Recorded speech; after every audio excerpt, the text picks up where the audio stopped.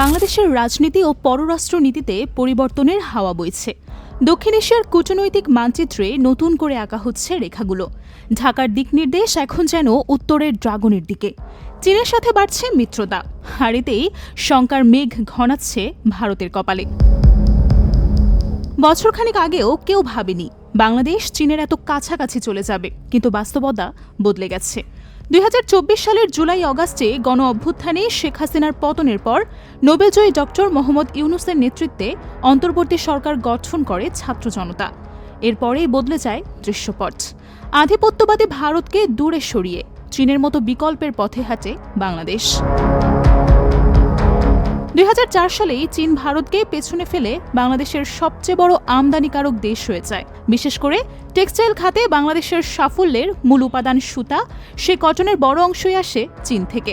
এরপর একে একে গড়ে উঠেছে চীনা অর্থনৈতিক অঞ্চল, সড়ক, সেতু, বিদ্যুৎ কেন্দ্র, এমনকি বন্দরেও লাগে চীনের ছোঁয়া। চট্টগ্রামে চীনের বিশেষ অর্থনৈতিক অঞ্চল তো আছেই, এবার তারা হাত দিয়েছে মোংলা বন্দরেও।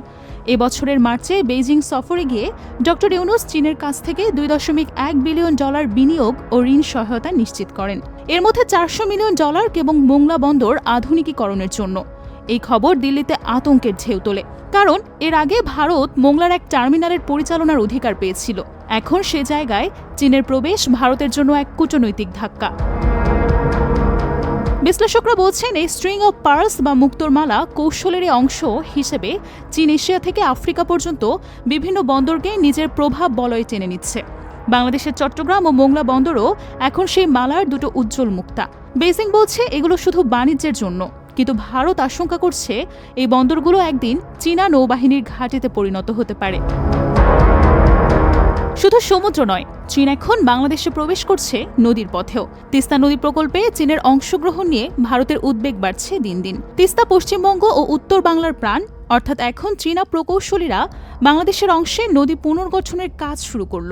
ভারতের দাদাগিরির 12টাও বাজতে পারে। দিল্লি একে দেখছে কৌশলগত হুমকি হিসেবে। আরও বড় চিন্তার বিষয় হল, বাংলাদেশের উত্তরাঞ্চল লালমনিরহাটে চীন একটি বিমান ঘাঁটি নির্মাণের পরিকল্পনা করছে বলে রিপোর্টে প্রকাশিত হয়েছে। এই জায়গাটি ভারতের চিকেন স্নেক নামে পরিচিত সরু ভূখণ্ডের খুব কাছেই, যে অংশ ভারতের উত্তর পূর্ব 7 রাজ্যের সঙ্গে মূল ভূখণ্ডের একমাত্র সংযোগ। ভারতের নিরাপত্তা বিশেষজ্ঞরা বলছেন, এই অঞ্চলে চীনের উপস্থিতি ভারতের জন্য কৌশলগত দুঃস্বপ্ন। এদিকে ডিজিটাল খাতেও চীনের প্রভাব দৃশ্যমান। হুয়াওয়ে 2021 সালেই ঢাকায় চালু করেছে বাংলাদেশের প্রথম 5G নেটওয়ার্ক। স্মার্ট সিটি প্রকল্প, নজরদারি ক্যামেরা, ডেটা সেন্টার, সবখানি এখন চীনা প্রযুক্তির দাপট। ভারতের সাইবার বিশেষজ্ঞরা বলছেন, এই সিস্টেমগুলো দিয়ে সংগৃহীত ডেটা শেষ পর্যন্ত বেইজিংয়ের হাতেই পৌঁছে যেতে পারে। বাংলাদেশের প্রতিরক্ষা খাতেও চীনের শক্ত অবস্থান। 2002 সাল থেকে দেশটির সবচেয়ে বড় অস্ত্র সরবরাহকারী হচ্ছে চীন। 2010 থেকে 2020 সাল পর্যন্ত বাংলাদেশের 73% অস্ত্র এসেছে চীন থেকে।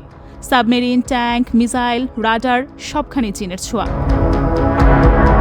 ভারত বাংলাদেশ সম্পর্কের আরেক জটিল ইস্যু হল অভিবাসন ও নাগরিকত্ব আইন। ভারতের এনআরসি ও সিএএ নীতিকে কেন্দ্র করে দুই দেশের জনগণের মধ্যে অবিশ্বাস বেড়েছে। বাংলাদেশে আশঙ্কা, এসব পদক্ষেপে বিপুল সংখ্যক মুসলমান ভারতে অবৈধ ঘোষণা হয়ে ফিরে আসতে পারে, যা দেশটির সামাজিক ভারসাম্য নষ্ট করবে। এসব ইস্যুতে দুই দেশের মধ্যে যে আস্থার ঘাটতি রয়েছে তা আজ স্পষ্ট। অনেক নিরপেক্ষ বিশ্লেষক মনে করেন, ভারতের আধিপত্য ও একচোখা নীতিতেই ঢাকাকে দিল্লি থেকে মুখ ফিরিয়ে নিতে বাধ্য করেছে। মুখে গণতন্ত্রের কথা বললেও ভারত চায় বাংলাদেশে স্বৈরাচার জিইয়ে রাখতে। কোনোভাবেই বাংলাদেশকে বিশ্বমঞ্চে মাথা উঁচু করে দাঁড়াতে দিতে চায় না নয়াদিল্লি।